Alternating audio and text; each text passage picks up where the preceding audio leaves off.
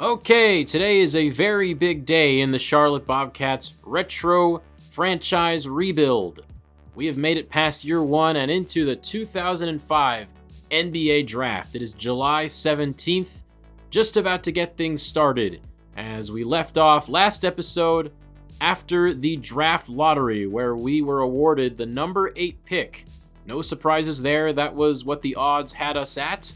There were a couple shakeups, including the Rockets and Knicks jumping into the top 3, and those two teams are very happy that they'll get a chance to draft a couple generational point guards in Chris Paul and Deron Williams.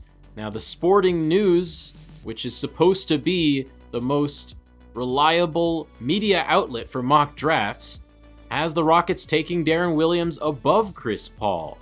The other two mocks do have Chris Paul going number 1 in 2K and NBA.com.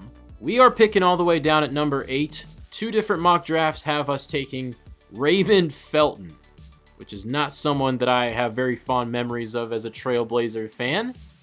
But we're probably going to have a lot of options in this draft, at least in the solid role player department. Other guys at the top of the lottery include Danny Granger, David Lee, Andrew Bynum, Andrew Bogut, and Lou Williams. And there's a chance that at least one of these guys will fall to us. I've had a really hard time ranking these players. I'll show you guys my draft board. I've left Chris Paul and Deron Williams off the list under the assumption that there's no way we're getting them unless we trade our entire roster, including Mehmet Okur, away. But just looking here at the mock draft projections for all these players, there is a lot of variation between the three outlets, as Danny Granger is mocked to go 9th on NBA.com. If he falls all the way to us, I think he's my guy. That's why I have him ranked number 1. Andrew Bogut, of course, is a very good rim protection prospect, A+ post defense and rebounding, but not athletic at all. So he's pretty much just a pure shot blocker and maybe has some post scoring potential, but not even going to be able to step out and hit mid-range shots consistently. We have him scouted out as a 79 overall. I do think bringing him in would add to our defense significantly, and he would pair well with Mehmet Okur, who can play both the 4 and the 5. But one player that I did not touch on nearly enough last episode when I was discussing my plan was Monte Ellis. And that's because no mock draft has him going above number 11. So it's all but guaranteed that we'll be able to get him at pick 8. Obviously, he is a very aggressive finisher, does most of his damage scoring inside the arc, has a little bit of a mid-range game. For a 6'3" guard, I would like to see better playmaking. I'm not sure if he has great ball handling. 77, pretty average. Speed with ball, 85. But the passing is not one of his strong suits. 61 pass vision. Maybe doesn't bode well for simulations. We don't have a whole lot of playmakers on the team right now outside of Mehmet Okur, obviously our center. Our guards aren't great passers. Ellis really struggles as a defender, which comes with the territory when you're trying to draft a lot of these guards.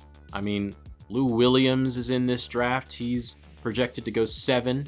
If I really wanted to go defense first here and take a guard, Jarrett Jack is who I would go with. Maybe the most well-rounded mid-tier lottery pick point guard prospect in the draft. He can do just about everything well. You know, it's really hard to have a clear plan as to what position I should target because this roster could use upgrades at pretty much every position. The only two players whose starting jobs are safe are Andre Iguodala and Mehmet Okur. And even those two guys are pretty versatile, and you could slide those guys to different positions depending on who we draft. So I pretty much have a mix of guys with a bunch of different strengths and weaknesses. Honestly, the best course of action here is probably just to go pick the best player available. Don't worry about need, because it's not like we're one piece away from contending. We just need all the talent we can get. Scrolling down the list here, I have some more underrated draft prospects that could become solid role players for us. Marcin Gortat's in the draft. Gerald Green, 2K legend. Jason Maxiell, a lot of rebounders, glue guys, Jan Mahinmi, Ronnie Turioff. So I've got a total of 17 guys that I am considering drafting. Someone like Mahinmi, Max Seal, Andre Blatch. Those are some guys that I would consider in the second round. And that's actually pretty significant for us because we have not one, not two, 4 draft picks in the second round. 3 of them are in the bottom 10 though, which could pose a problem. We might have slim pickings at that point, but maybe I could use some of these to trade up to a better second round pick, or maybe even trade 7 and 23 for a late first round pick if there's a team willing to do that. I spent a long time last episode seeing what it would take to trade up from pick number 8. And before I pulled the trigger on a move that may not have been very smart, I wanted to let it breathe a little bit. And after some reflection, I've decided that it's probably best to stay put at number 8 given the type of draft that we have on our hands. But I could potentially look to trade back into the first round on the back end, or at least try to trade up to the top of the second round. We'll just have to see how the draft goes. The last thing that I want to do before we dive right in is go back to the MyNBA event generator. I haven't been using this very consistently, but I kind of like the system of, just whenever I feel like it or whenever I remember to use it, I'll use it because it is random after all. I think that a lot of the scenarios on this list are a little bit too crazy to be happening on a year-to-year, week-to-week basis, but the list of NBA draft events are pretty effective for creating a realistic experience because they've set up a lot of scenarios for trade-ups and trade-downs and a lot of things that the computer doesn't really do very well by itself.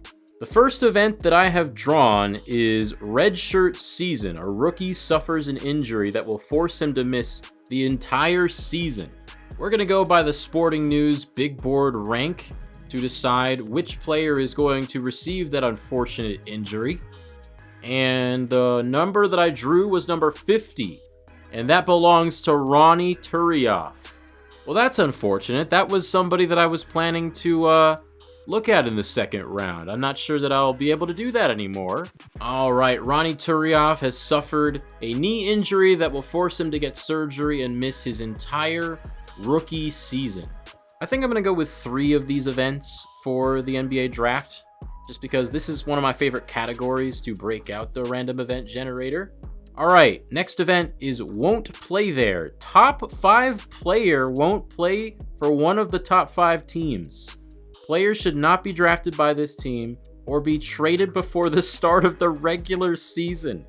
Oh my goodness, this is an Eli Manning Chargers situation. This is one of the most insane scenarios that I've seen. I don't think I've ever pulled this one.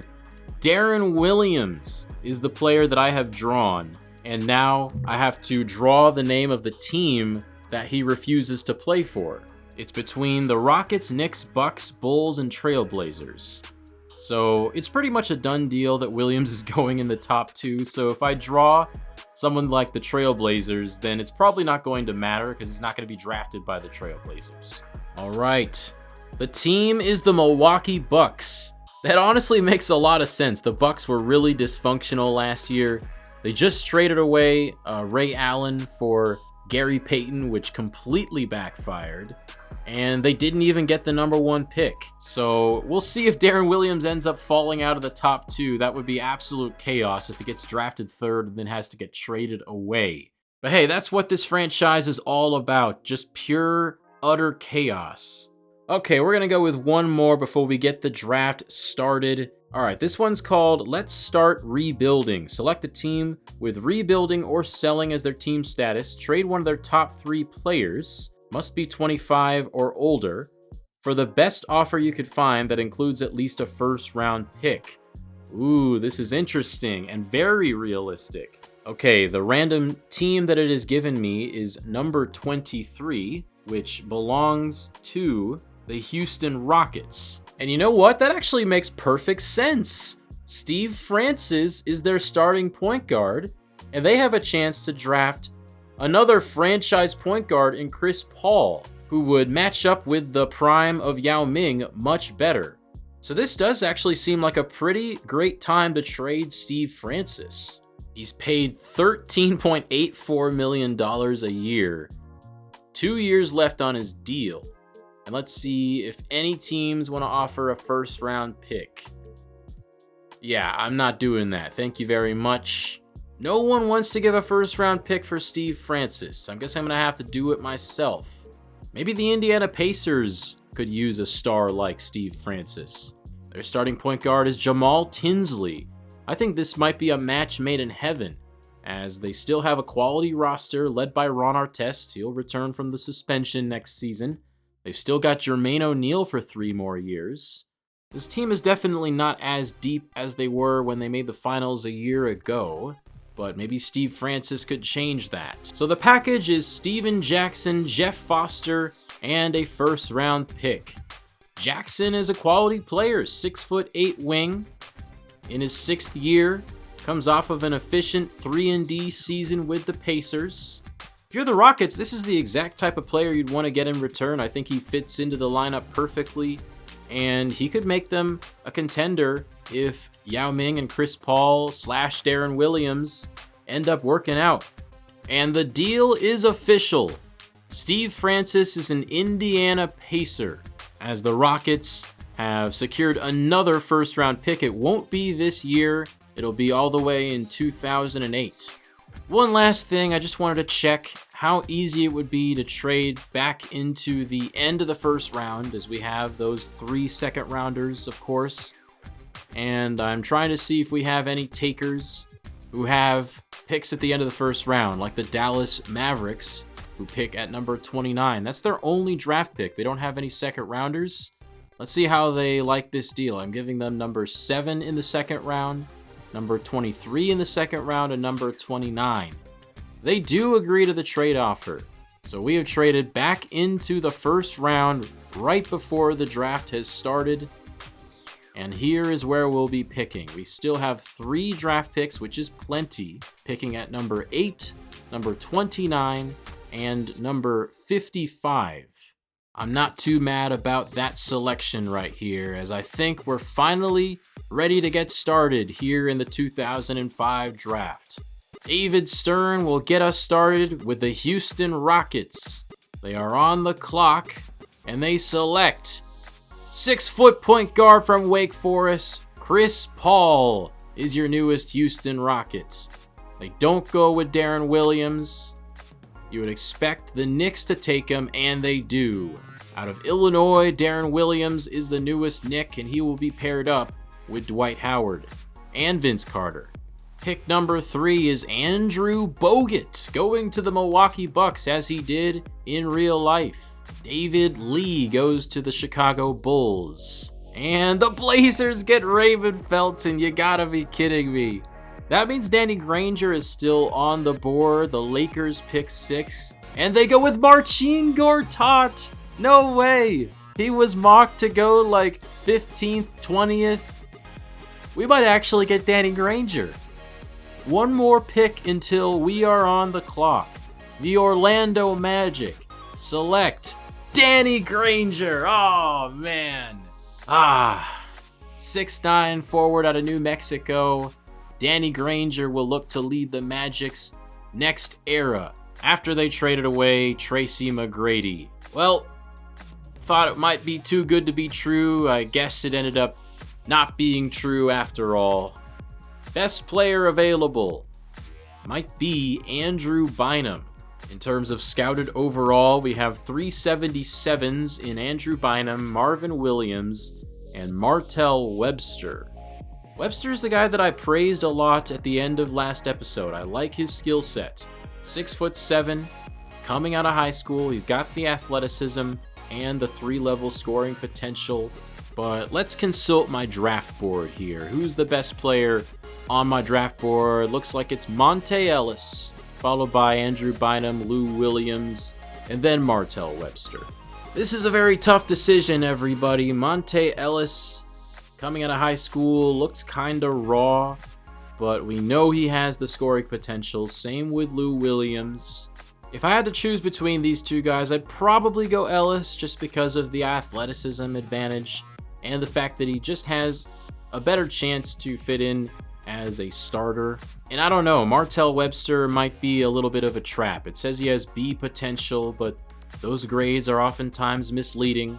Marcin Gortat at number 6 for the Lakers. I suppose it's not a terrible pick, but just completely out of left field. Honestly, probably going to turn out pretty well for the Lakers. Gortat ended up playing a lot more than Andrew Bynum did after all. But I think it's between Monte Ellis and Lou Williams for me personally. One last look at Bynum's skill set. B- athleticism as a center is definitely intriguing. Let's see his speed, it's 59. His strength is doing a whole lot of work in that grade. He's got a 92. We know he can rebound, he can block shots, and he can defend inside. Okay, I'm going to try to think about this a little bit differently here. Now, if we take a guard here, I want to take a big later. If we take a big, I want to take a guard later. So I'm going to look a little bit down here on the draft board and try to figure out what's the best value pick here. Are there more quality guards in the 20 to 40 range, or are there more quality bigs? You got guys like Gerald Green who might fall, Andre Blatch, Kelena Azubuike, 6'5" guard from Kentucky, averaged 15 points per game. Looks like he can shoot the three really well and defend. That's someone that I could consider.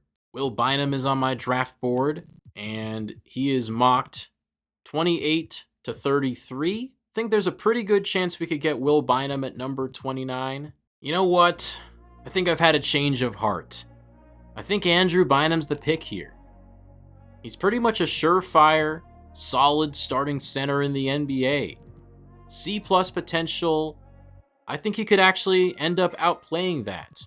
I think this team lacks a physicality that Andrew Bynum would bring, and a starting center would take a lot of pressure off of Mehmet Okur on defense and allow him to play a little bit more outside, which is where he's the most comfortable. And then once we take Bynum, we're going to look at taking a guard at the end of the first round like Will Bynum, or maybe even someone like CJ Miles or Gerald Green or Kelena Azubuike if they fall. After way too much deliberation, the Charlotte Bobcats select Andrew Bynum out of high school with the 8th pick in the 2005 draft. Big Andrew Bynum is coming to town, all 285 pounds of him. What Bynum lacks in athleticism and quickness, his best-in-class 7'7" wingspan allows him to more than make up for that as he uses his length to routinely overpower players. And let's keep going. Channing Frye to the Celtics. Monte Ellis goes at number 10 to the Minnesota Timberwolves. He teams up with Kevin Garnett. That should be pretty interesting. We are being offered a trade. I haven't seen this in a long time, with a team trying to trade for a player that we just drafted. And who else but the old Charlotte Hornets? The New Orleans Hornets want Andrew Bynum, who I guess his overall has been spoiled. He's a 76. They want us to give a 2009 first rounder and get this number 11 pick plus PJ Brown. Yeah, I'm not doing that. They take Marvin Williams. Good pick for them. Jarrett Jack to the Hawks. Charlie Villanueva is someone that I kind of overlooked. I think he actually fits in really well with the New Jersey Nets. Ersan Ilyasova is a Toronto Raptor, teaming up with Chris Bosh. Nate Robinson goes to the Cavs, so I was trying to get them a starting point guard. I couldn't get a trade package to work for Steve Francis, but this is going to be really interesting. Their point guard depth chart now has Jason Williams and Nate Robinson. Lou Williams goes to the Pacers, another team that is in need of a guard. Of course, they just got Steve Francis, but I do think that Lou Williams adds to their guard depth in a way that they really need. Martell Webster goes all the way at number 20 to the Golden State Warriors. All right, we have our first CPU trade. It took a while for it to happen, but the Jazz are going to be giving up their first round pick and trading for Derek Anderson. And the Blazers will select Ryan Gomes, 6'7", post player from Providence. The Magic select CJ Miles, Andre Blatch to the Detroit Pistons. That's a good fit. And we're on the clock again at pick number 29. And I don't believe Will Bynum has been taken, but neither has Gerald Green. Oh boy, it's going to be hard to pass up the chance to get Gerald Green on this team. 3-level scoring machine.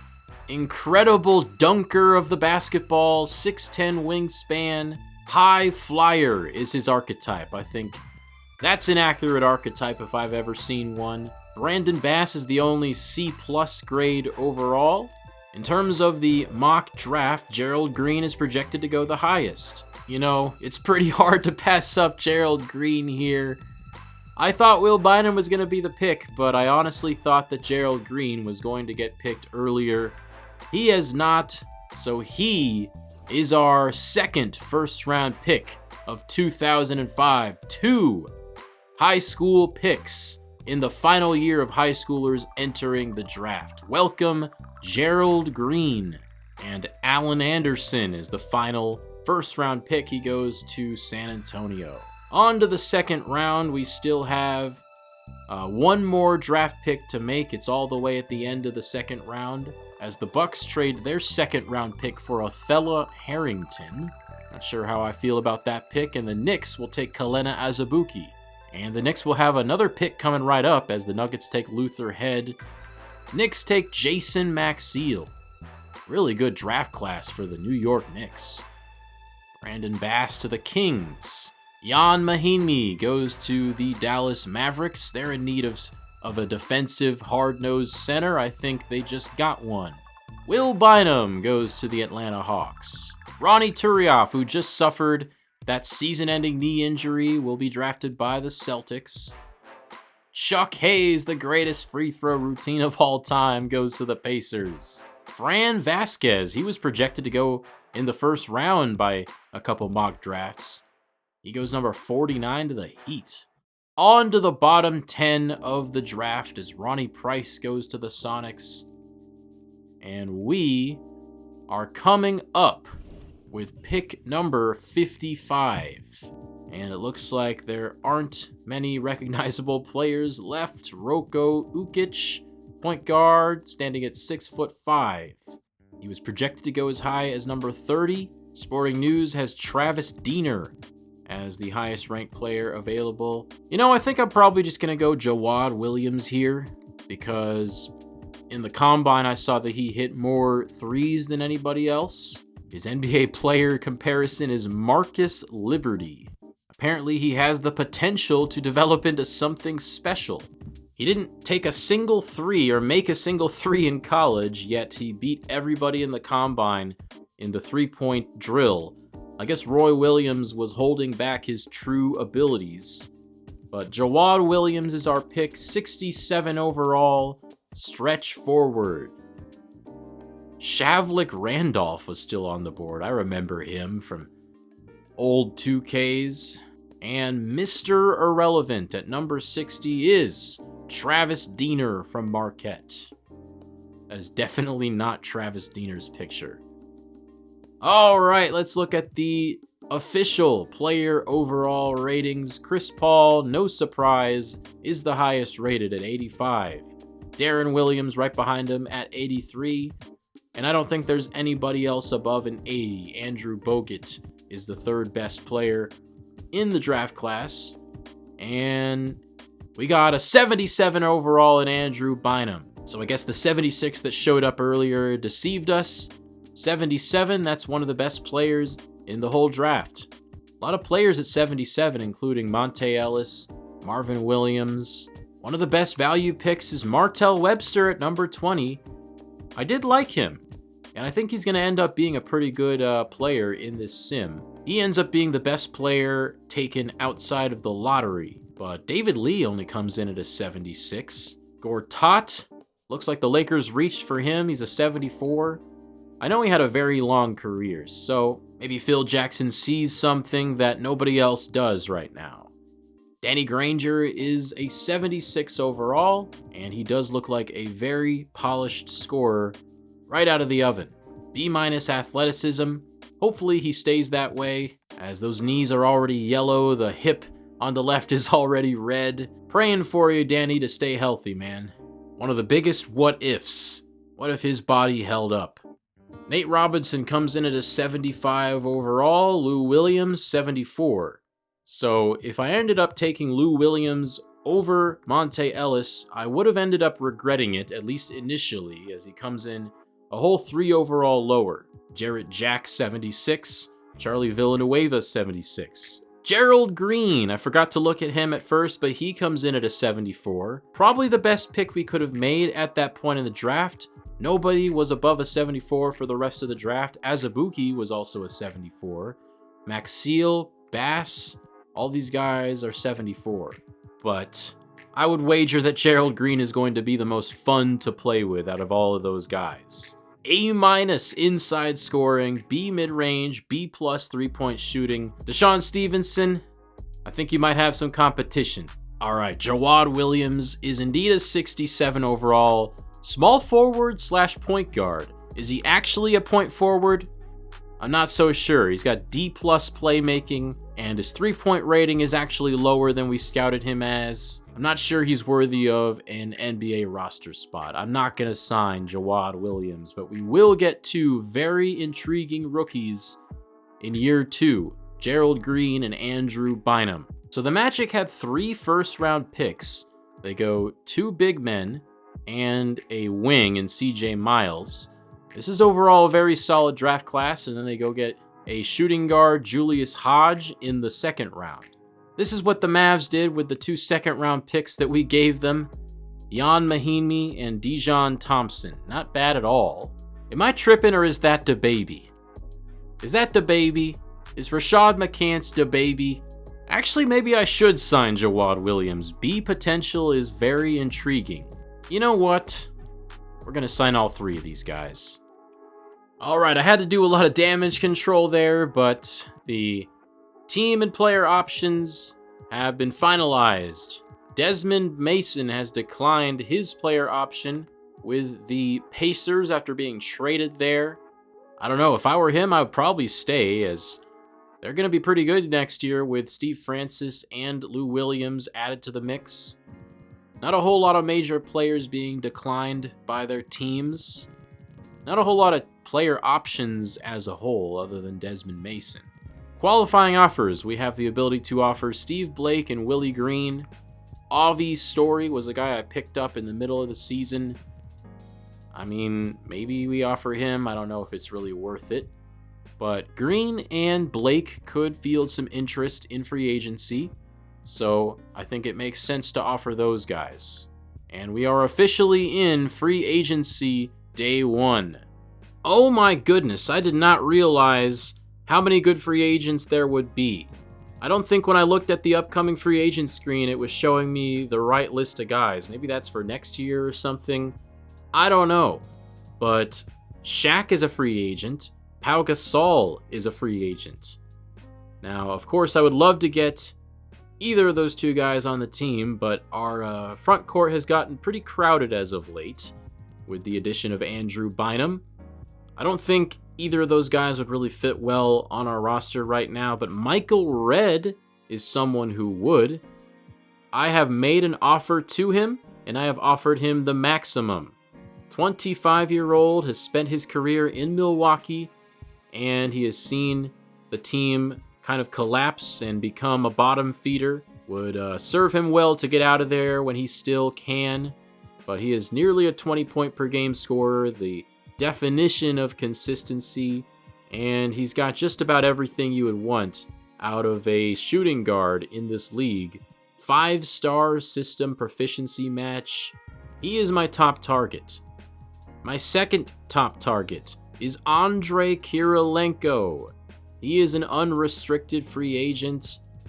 After a great season with the Utah Jazz, he averaged just 13.5 points per game, which is 4 points lower than his last season, but he got the efficiency up. But really, his calling card is defense, and he averaged nearly 4 stocks per game. And I am also above the Jazz, who offered him just over $10 million per year. They have the ability to offer him more if they want to. We're going to see what ends up happening after we simulate this day, but we have one more offer to give out. We don't have any notable players hitting free agency. Okur is signed for 3 more years. Iguodala, of course, still on his rookie deal. Deshaun Stevenson signed for 3 years. And Udonis Haslem has 1 more year left on his deal. There's a lot of directions that we could go with this team. I honestly think that we could even compete for a playoff spot next season if we bring in one of these top targets. I do think that if there are any star point guards or shooting guards available, we should go after them. The point guard market is very thin. Damon Stoudemire at 31 years old is the highest rated. Averaged 11 points and 6 assists last season with the Blazers. Nick Van Exel at 33. When you get into the shooting guards, there's also Latrell Sprewell, looking for $7 million a year at age 34. Kerry Kittles is definitely someone that I would want. He's not demanding a whole lot of money. Very good system match. Knockdown 3-point shooter, shot 46% last season. He was traded away to make room for Tracy McGrady, but that's not a knock on him as a player at all. He averaged 17.7 as one of the primary scorers for Atlanta. Kerry Kittles is going to be my final offer. So he's maybe a backup plan if we can't get Michael Redd. 31 years old, I'm not sure I want to sign him until age 35, but 3 years sounds solid. Or 2. I think we'll go 2 years to start. And I'd be pretty comfortable giving him about $6 million per year. Those are our 3 offers on moratorium day 1. But Shaquille O'Neal, could he potentially look to move on from the Miami Heat after just 1 season? The Warriors offer him $64 million. The Cavs, $65 million. The Hawks also want him. The Heat are nowhere in sight. Did they give up their bird rights to Shaquille O'Neal? That would be insane. Pau Gasol, meanwhile, being heavily targeted by the Washington Wizards, who just made the finals. They're definitely looking for a co-star for Agent Zero, and it's going to be down to the wire between the Grizzlies and the Wizards, between who gets the 7-footer from Spain. Accepted offers, Andre Kirilenko. We get all 3 of them. So it's pretty much take your pick between the 2 max guys, Kirilenko and Redd. Pretty hard to pass up Michael Redd when our biggest need right now is reliable scoring at the guard position. He's also a very good passer, as he has 90 ball handle. He can actually play point guard even. Pass accuracy 82. Former 2nd round pick. This guy is an absolute stud. Such an underrated player, as we have a chance to renounce some of the rights to some guys that we don't want to keep. Quintel Woods, keep him on the books. Same with Steve Blake, but Milt Palacio, not very interested in keeping him. Avi Story, same thing. Chris Anderson, with all the big men that we've been bringing in, I think I'm okay with letting him go. You know what? I'm going to do something that I oftentimes do, which is, after the first day of the moratorium, I'll just decline everybody and I'll give the computer another chance to compete with my offer. A couple days down the road, computer teams start to get a little bit more aggressive. I think these guys are deserving of max contracts, and in real life, they'd be receiving way more max contract offers than just us. We're going to see what happens after day 2, as Redd and Kirilenko hit the market once more. The Clippers are now in the running for Michael Redd. They've offered him about $11 million per year. No one wants to offer him the absolute maximum. And the Jazz sticking with their same offer. Miami sticking with their same offer. So not much has really changed here. Kerry Kittles gets an offer from the Cleveland Cavaliers. They could certainly use him. So we're going to offer those same players one more time and just see if they really want to join us. I mean, we just have so much cap space. Why not offer them the maximum? Yeah, I mean, we're just able to offer so much more money than everybody else. Pau Gasol has signed with the Washington Wizards. What a blockbuster deal. He decides to turn down the Grizzlies' offer to stay.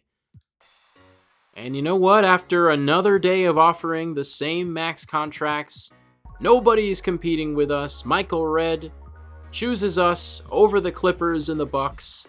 Kerry Kittles has chosen us over the Cavaliers, and Andrei Kirilenko has chosen us over his former team, the Jazz, and the Miami Heat. I mean, we've got to sign Michael Redd here. We have no choice, really. Signing Kerry Kittles would take us over the salary cap limit. So this is pretty much going to take up all the cap space we have left. We'll have 5.45 remaining. So we'll be able to sign a couple role players, maybe a mid-level exception if that exists in this era. I don't even know. But yeah, highest rated player out of the three is Michael Redd, so he is the guy that we will sign. Final day of the moratorium, we have a couple more signings to announce. Shaquille O'Neal has signed with the Atlanta Hawks.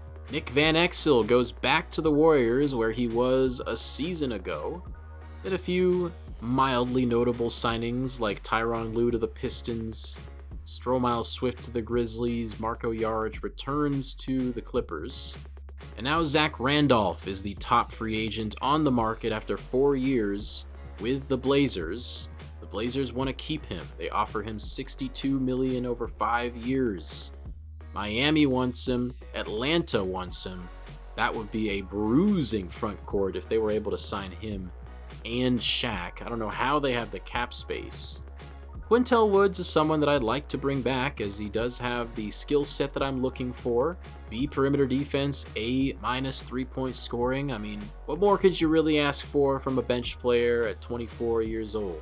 I'm going to offer him $1.15 million with bird rights 8% increase for the next season. You know what? I'm going to give him another year. So 3 years, about $5 million. And who else could we use? I mean, Okur and Bynum in the front court. Iguodala and Michael Redd are the two wings, with Deshaun Stevenson probably coming off the bench. And then we still need a point guard. So that is one thing that Michael Redd does not solve unless we want to run him at point guard, which would not be his natural position. Maybe we just go get a veteran. I mean, Steve Blake is a restricted free agent. If he gets any offers, then we would get a chance to match them. Steve Blake did not have the best stats last year, but I don't see many options that are better than that. Don't really see any reason to max out our salary cap. I suppose we could look at offering Damon Stoudemire, who does have a pretty competitive offer from the LA Clippers. And it looks like he wants basically all the cap room that we have left. I don't think that's going to happen. If we can't get Stoudemire, our other options include Jeff McInnes, who averaged 10 per game as a Buck and a Cav last year. Good efficiency. You know, I think that's someone that we could use. Maybe we slide Iggy in at the point guard position. I mean, that might stunt his growth. That's the problem. McInnes seems like a pretty good option. A- playmaking. He's listed as a shooting guard, but he can definitely play point guard for us. Gonna offer him a 2-year contract, maybe with a team option, since I'm not sure he's someone that I want to stick around for the long term. I'm okay with giving him $2.45 million per year. So if we're able to sign both of those guys, I would not be mad. McInnes accepts. Quintel Woods accepts. Michael Redd accepts. I'm okay with letting all 3 of these guys go. Steve Blake is still a cap hold. Maybe we can still fit him in. This is going to be our free agency class, at least the bulk of it. Very excited to bring in 25-year-old dynamite 3-level scorer Michael Redd. And he is officially signed on the dotted line. Kirilenko, by the way, is back on the free agency market. Not sure what happened. I thought he got signed by somebody, but right now the highest bidder is the Jazz. No one has entered the Kirilenko sweepstakes. Meanwhile, Zach Randolph goes to the Heat, replacing Shaq. Latrell Sprewell is a Buck. Ladrunas Ilgauskas stays in Cleveland. Desmond Mason remains a Pacer. Glenn Robinson remains a Hornet. Shaquille O'Neal joins a very young Hawks team that looked like they were going to be rebuilding for a couple more years, but they just got a huge boon. Josh Smith will start alongside O'Neal. They've also got Jarrett Jack as their new starting point guard, a rookie, as well as Josh Childress and Boris Diaw as their other young pieces. So it looks like we have 15 players right now. We might look to trade one of them away. We mustn't forget that we still have Beno Udrih on the roster, and for a lot of the season, I was a bigger fan of Udrih than I was of Steve Blake. He averaged nearly 10 points per game and 5 assists his rookie year. Maybe he gets the shot as the full-time starter next season. I've changed McGinnis's primary position to point guard. He's a 77 overall truly, but the chemistry puts him up to a 78. We've got a lot of flexibility in the front court now that Bynum is on the team. I think that we'll probably start Season 2 with Okur at center and Bynum coming off the bench. But if Bynum is able to make a strong impression right away, he could enter the starting lineup and replace Udonis Haslem, sliding Okur over to the 4. But as of now, Haslem still has the overall advantage on Bynum, so I think that's what we're going to continue to go with. And it looks like Deshaun Stevenson is officially going to slide into that 6th man role, still playing starter level minutes and probably competing for a 6th Man of the Year award. I think that's something that his skill set fits really well in, as he's not a passer, he's not a defender, but he is a pure bucket getter. Michael Redd is a much more complete version of that I think is going to elevate our team so much. Since our roster is pretty much filled up, we're kind of at a crossroads here. Either we try to free up a spot to re-sign Steve Blake, who's in restricted free agency right now, or we just let him walk and stay with the team we've got right now, because we've got a full 15. The players that I would look to either cut or trade away include Jermaine Jones, Danny Fortson, maybe Maciek Lampe, but I do have a soft spot for him, and Jawad Williams, who I should probably just cut because I don't really see him becoming a playable NBA player. Williams is 22 years old, so he's not a young rookie by any stretch of the imagination. I was already thinking about not signing him in the first place, and I ended up doing it. But now that I'm looking to free up a roster spot, we're going to see if we can find a trade partner. A lot of teams willing to offer second-round picks for him. The New Jersey Nets are looking to give us a second-rounder and then a pick swap in 2008.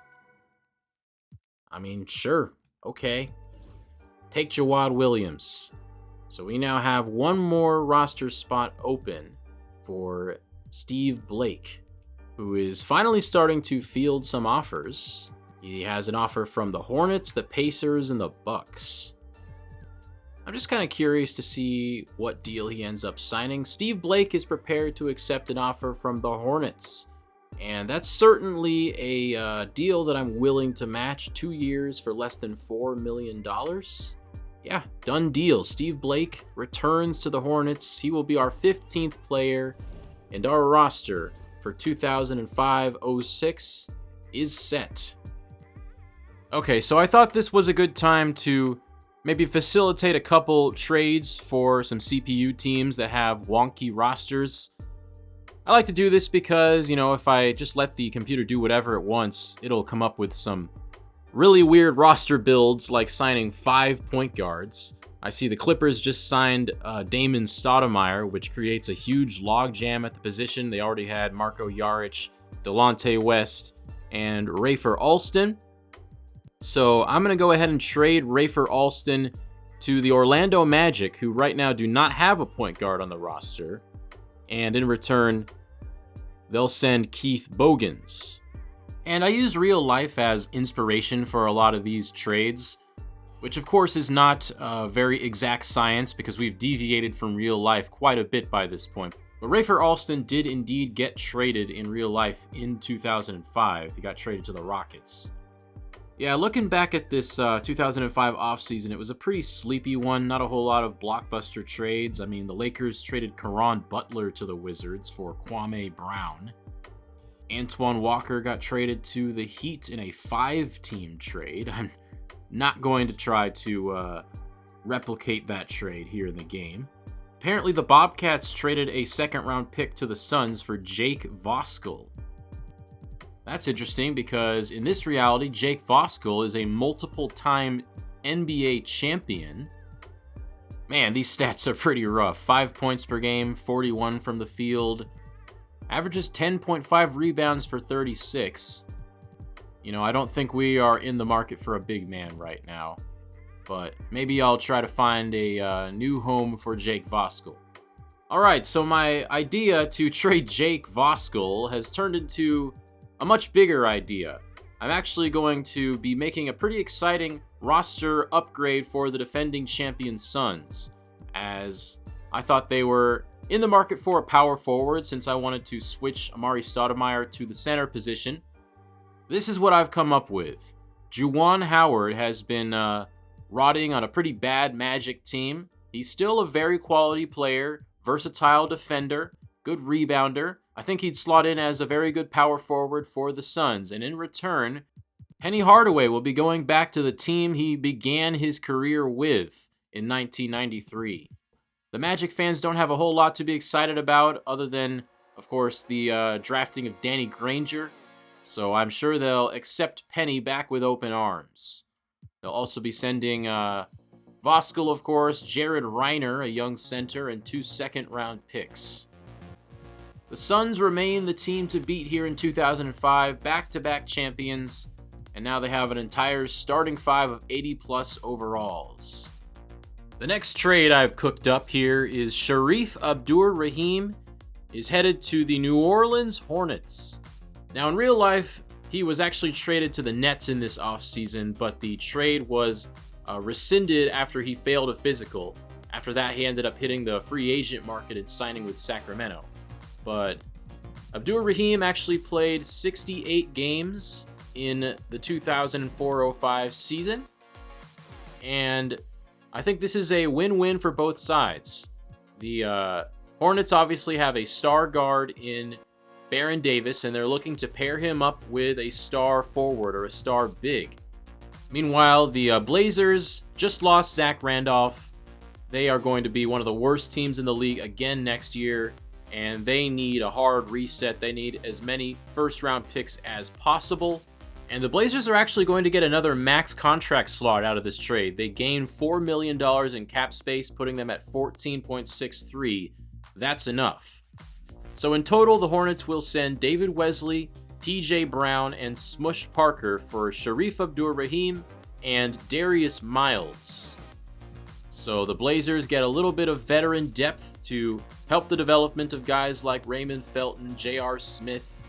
And then there will be a top 5 protected first rounder in the next draft and an unprotected pick in 2008 sent the Blazers' way. So Blazers get a jump start on a rebuild, and Shareef Abdur-Rahim is your newest New Orleans Hornets. It'll be exciting to play against the Hornets again next year. And with that, the Blazers have also made an offer to Andrei Kirilenko, who is still on the market, and they have offered more money than anybody else. So that could end up being a genius move on the Blazers' part, trading Abdur-Rahim while he has value and getting back a player of similar ability. And there you go, Andrei Kirilenko moves to the Trailblazers. It'll take a while before the Blazers are contending again, but this is a good step in the right direction.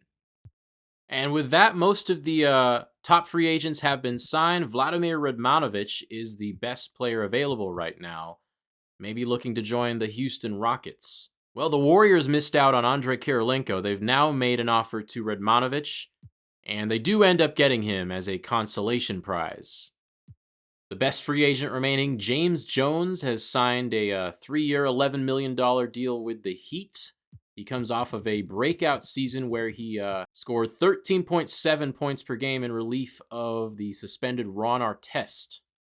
Well, I think the majority of the work in this offseason is done, And it's time to check out how our players progress. Wow, Michael Redd goes down by 2 overall. From an 89 to an 87. None of his grades actually took a hit. What happened? Not much. His ratings stay pretty much the same. One of the only ratings that goes down is draw foul, which was already nothing to write home about. I don't know. I mean, I guess the only explanation I can come up with is that his intangibles was inflating his overall, and when you decrease it by 1, that was all it took. But Redd's still an amazing player, definitely worthy of a max contract. Oh my goodness, I didn't even see this because I was so focused on Michael Redd going down that I didn't see Iguodala going up by 6. He is an 84 overall as a 21-year-old. That is incredible. Every single one of his grades goes up. He can shoot the 3 now. B grade three-pointer now, 78. This is a potential breakout star. Mehmet Okur sadly stays at 82 overall, although a lot of his ratings did get better, so I don't understand why so many of his ratings say they're going up, but it doesn't say that his overall rating goes up. Meanwhile, Michael Redd stays the same and his overall goes down. You see Beno Udrih increasing by 2 overall to a 75. Steve Blake is now a 77.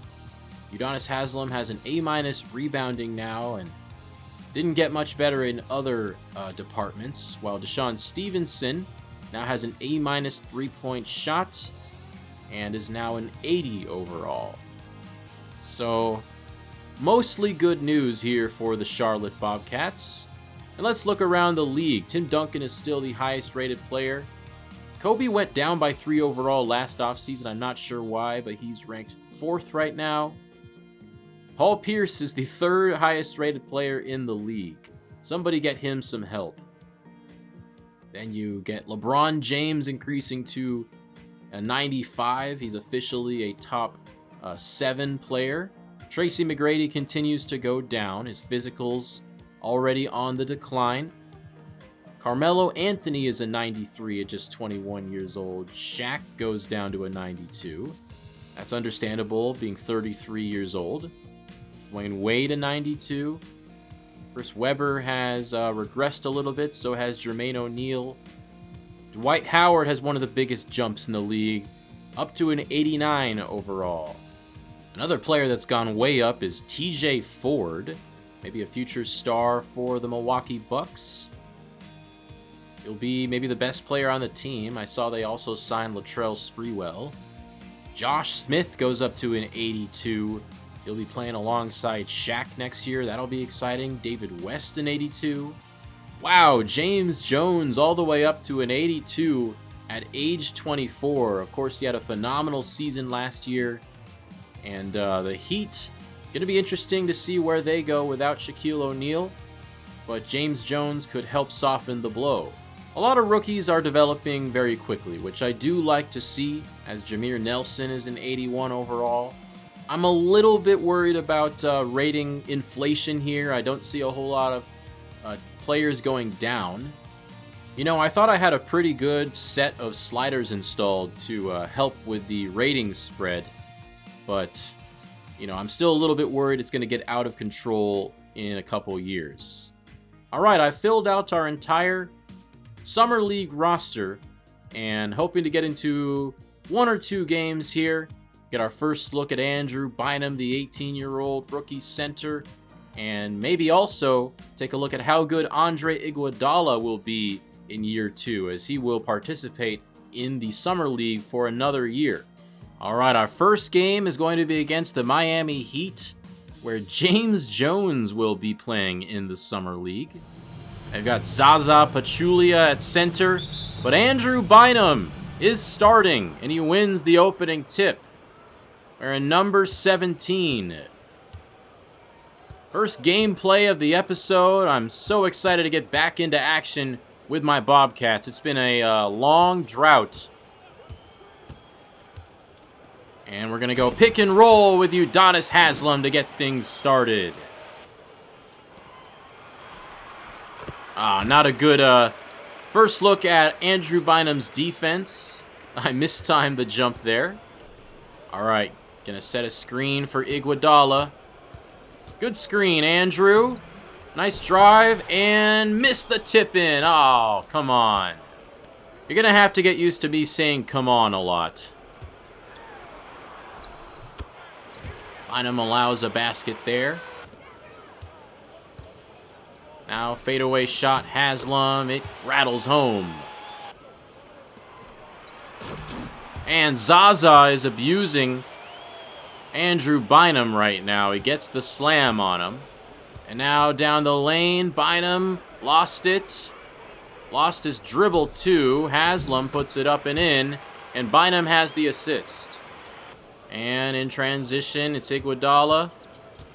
James Jones is an underrated defender. I'm having a hard time getting around him. Iguodala lost the ball. Bynum saves the turnover. And he's got a size mismatch. Oh, Bynum, come on, what are you doing? He punches it.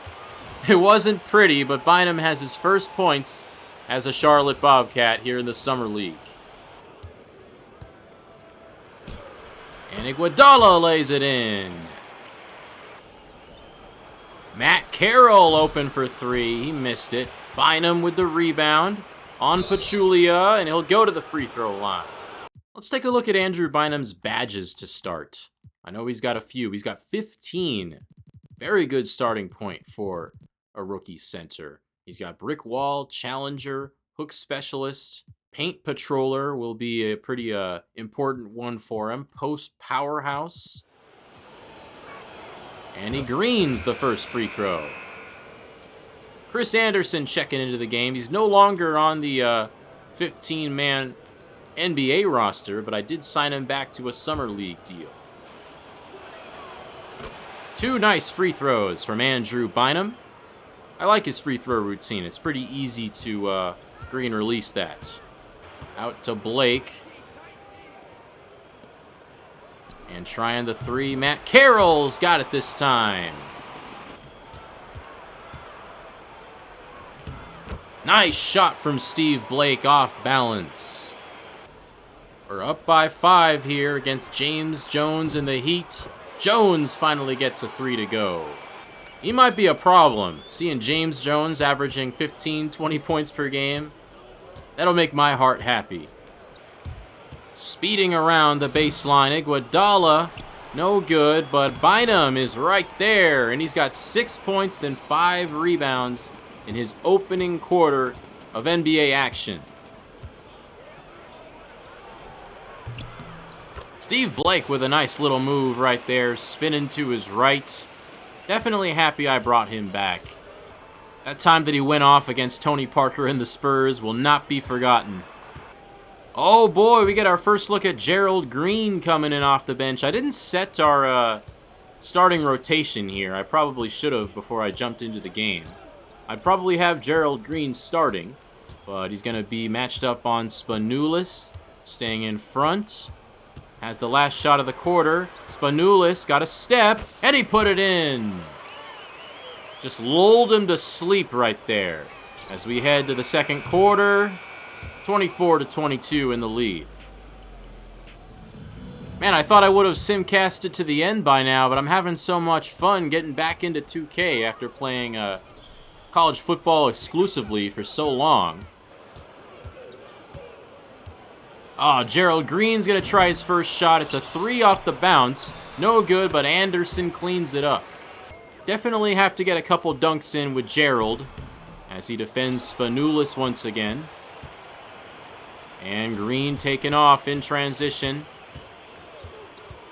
Will we try the pull-up jumper from the free throw line? He's got it to go. Gerald Green, silky smooth. Oh, Woods open for 3. He's got it. This is going to be a fun team next year. I'm excited to get my first shots in with Michael Redd. I think he's going to fit really well into this roster. It's going to feel easier to play when you have a player like Michael Redd out there. We lacked that in year 1. And we get an isolation now for Gerald Green. Already trying a fancy little crossover. Baseline, floating in the air. Oh my goodness. Welcome to the NBA, Gerald Green.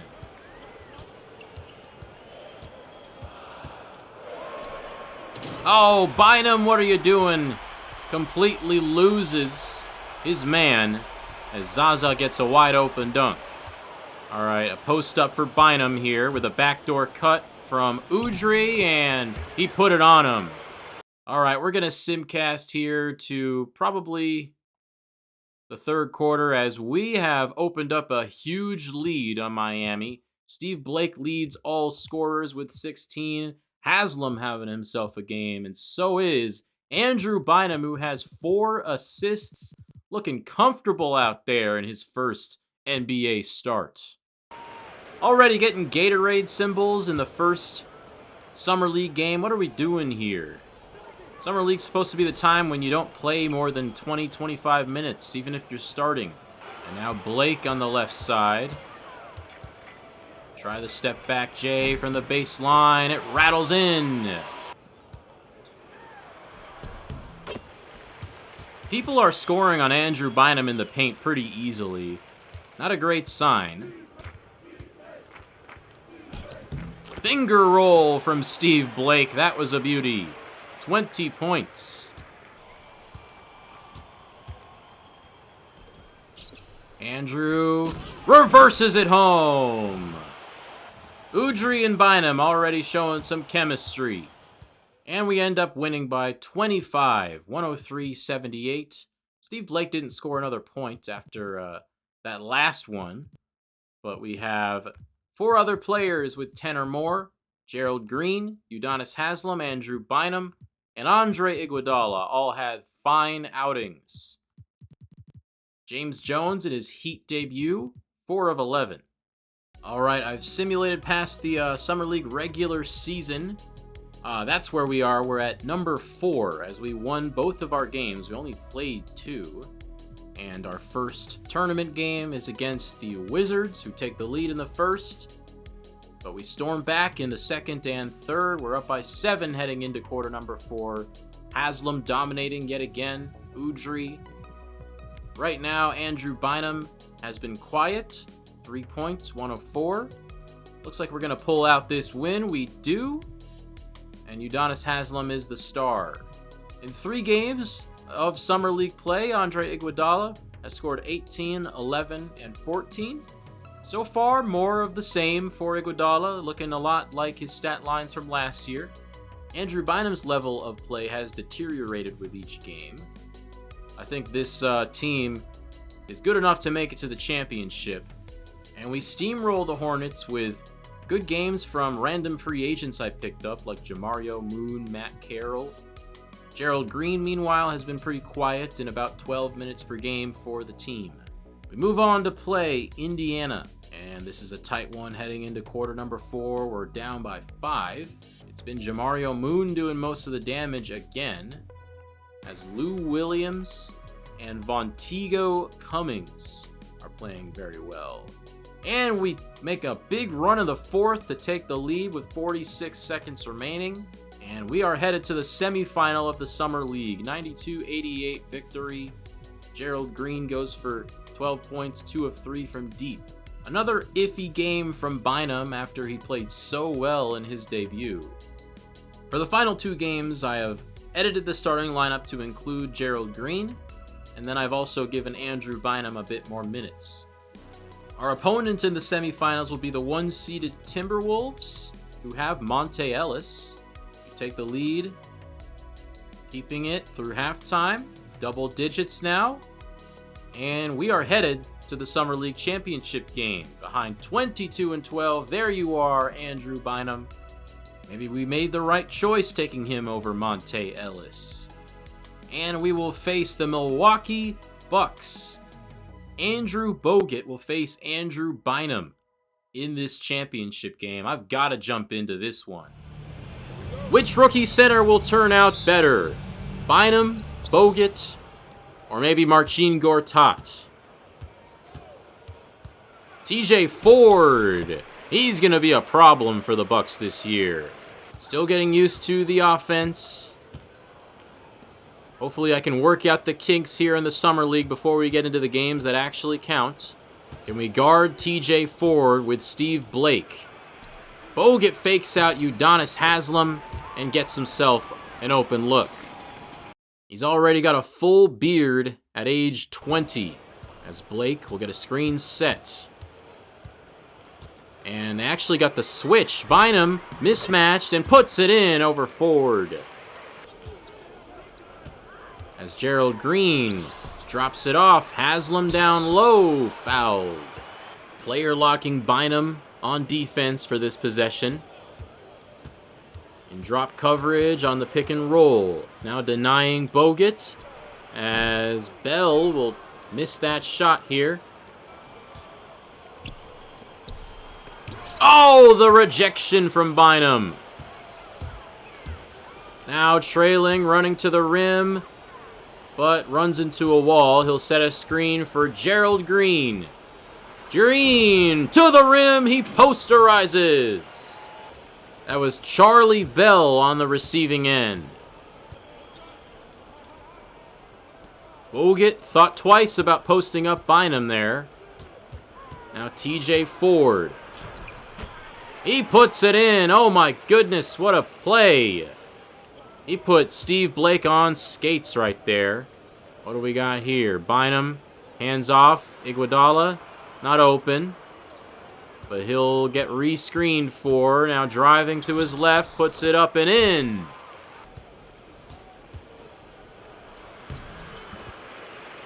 TJ Ford is just an absolute speedster. All right, Bynum on Bogut action. Gonna walk him all the way down. The drop step, puts it up over him. No good, got his own rebound.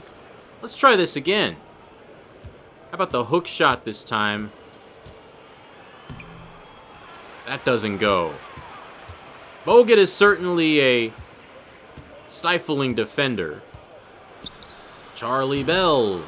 No good on the three. Long rebound goes to Blake. To Bynum. And missed the layup. Some finishing issues early for Andrew Bynum. Iguodala will try the corner triple and get it to go. We're going to simulate to halftime where we will have the lead and a convincing one.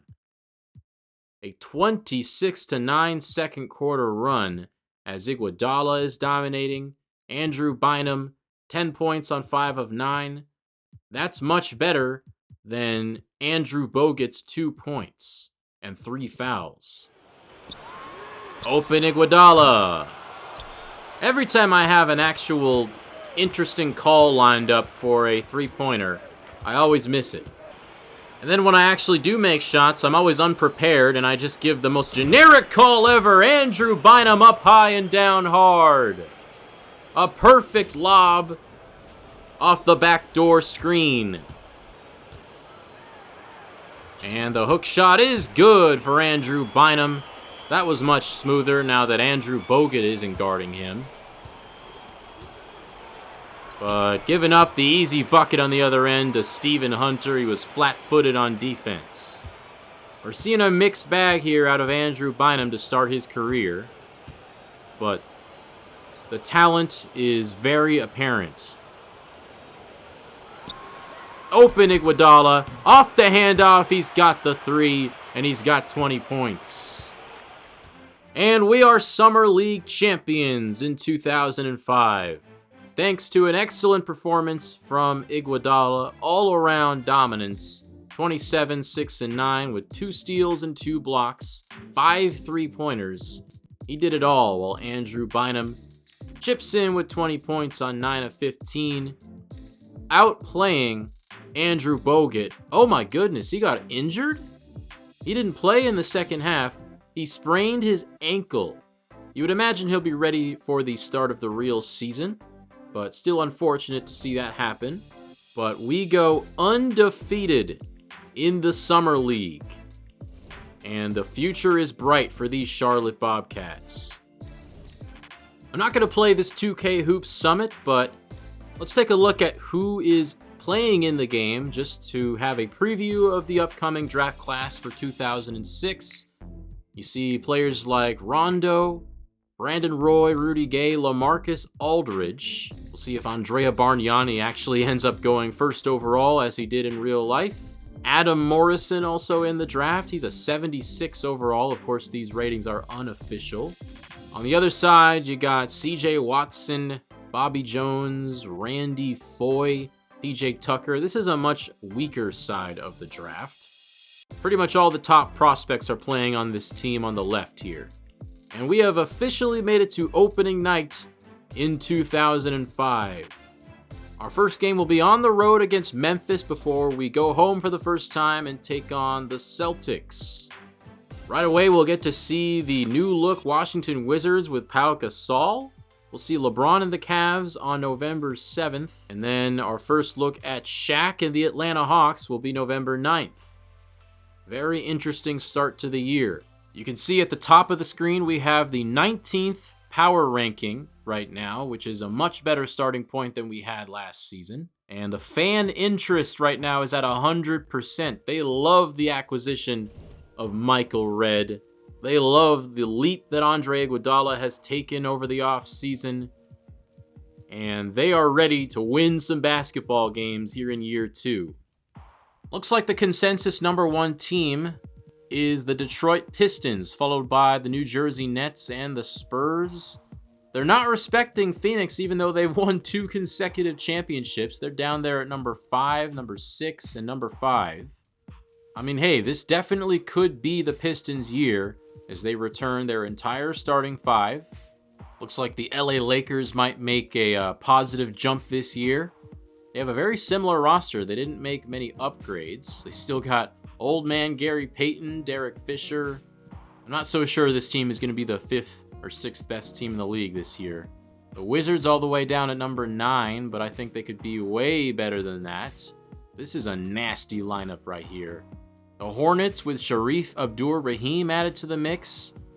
They have an entire starting lineup of 82 pluses, and they have the 10th power ranking.